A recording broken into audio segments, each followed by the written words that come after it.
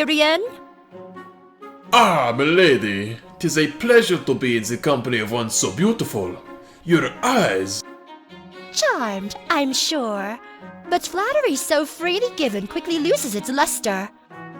If you insist on calling yourself a noble, you must take care of what you say and do.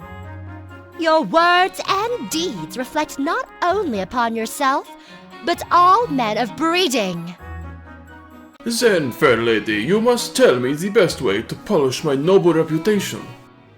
Perhaps we can have a first lesson tonight over dinner. Just the two of us, Absolutely not. I can't be seen consorting with a rogue such as yourself. You wound me, milady. Harsh words for one whose love for you is deeper than the sea. Don't play me for a fool, cad. You've more love for that frilly shirt than for me. She wounds me yet again. What will it take to prove my sincerity, dear lady? I can tell you this. Honey-coated words alone will not be enough. Then by my deeds I shall win you, and the bards will sing of our love. Any singer who utters even a word will have a quick answer from my parasol.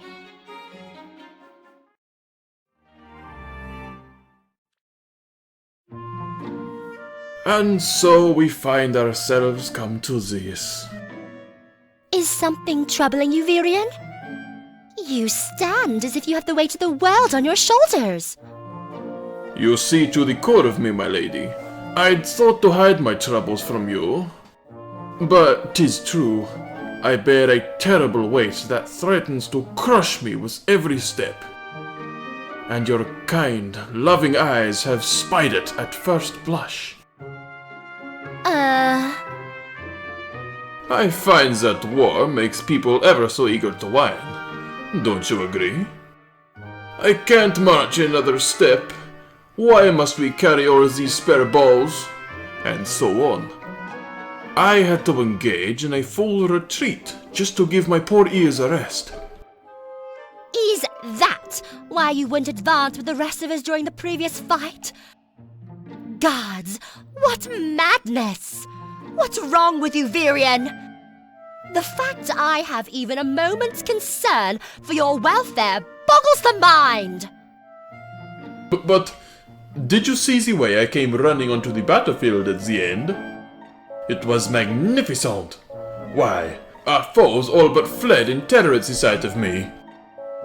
Was this before or after you let yourself get surrounded? Before or after you panicked and forced Crom to rescue you? All part of the plan. By playing the decoy, I lured the enemy into our snare. They don't call me Virion the Cunning for nothing, you know. You are the most dishonest and silly man I've ever had the misfortune to meet. You call yourself a nobleman? Ha!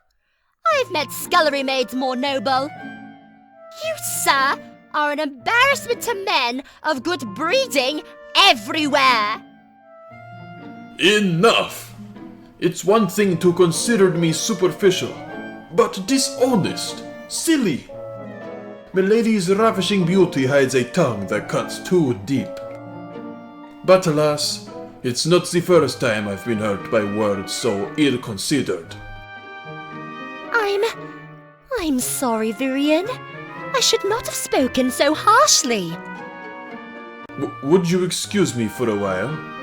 I have some thinking to do. Wait! Don't go! I didn't mean what I said!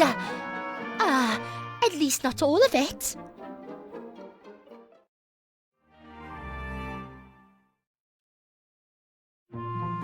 Hello, Virion. I've not seen much of you as late. Are you keeping well? Well enough.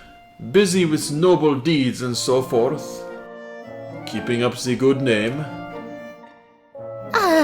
Virion, about before. I should go, milady. Forgive me. Oh, yes. Yes, of course.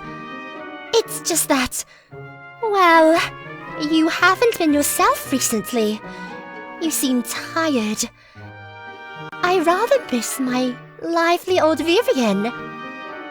Milady, when you called me dishonest, it gave me pause. Am I a credit to nobility? Do I bring honor to house and peer? Can I yet be better?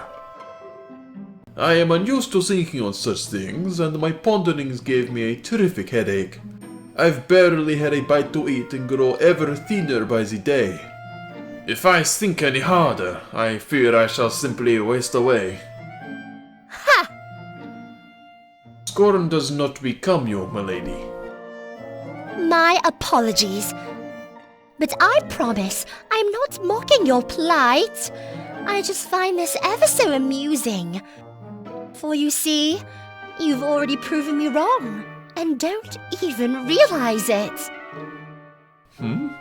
You have me at a disadvantage, sweet lady. I said you were superficial and dishonest. A blight on all who hold good blood. But here you stand, anguished about whether you are worthy or not. That alone proves your worth. For true! A great relief if you feel so. Now I think I must away to the inn. Virion? Virion! Help! Someone! Virion has collapsed! Forgive me. I haven't eaten a morsel all day, and I suddenly feel quite dizzy. You fainted because you were hungry? I thought you'd suffered a mortal wound. Perhaps if I had some salted pork, and bread, and an apple or two. You are a remarkable man in every sense of the word. Well, instead of lunching at the inn, perhaps you might dine with me today? I recently took down a fat boar that would be perfect in a turnip stew. I would be honored, milady.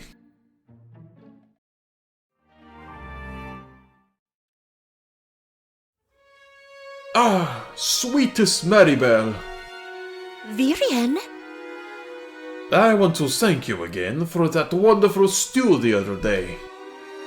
Oh, but the pleasure was mine. After all, we are friends now, aren't we? And I did so enjoy listening to your stories. Especially the one about getting lost in your own castle.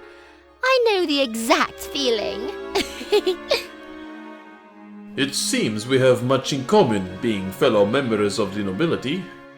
Perhaps when we next share a pot of stew, we might speak of more romantic things. There you go again with your wild japes. And just when I was starting to form a more favourable impression, I do hope you're not going to disappoint me again. It is no jest, milady, I assure you. And perhaps this will prove my sincerity. A ring? You would offer me a ring? I have always been your most fervent admirer, milady. I spoke true when I said my love is deeper than the sea.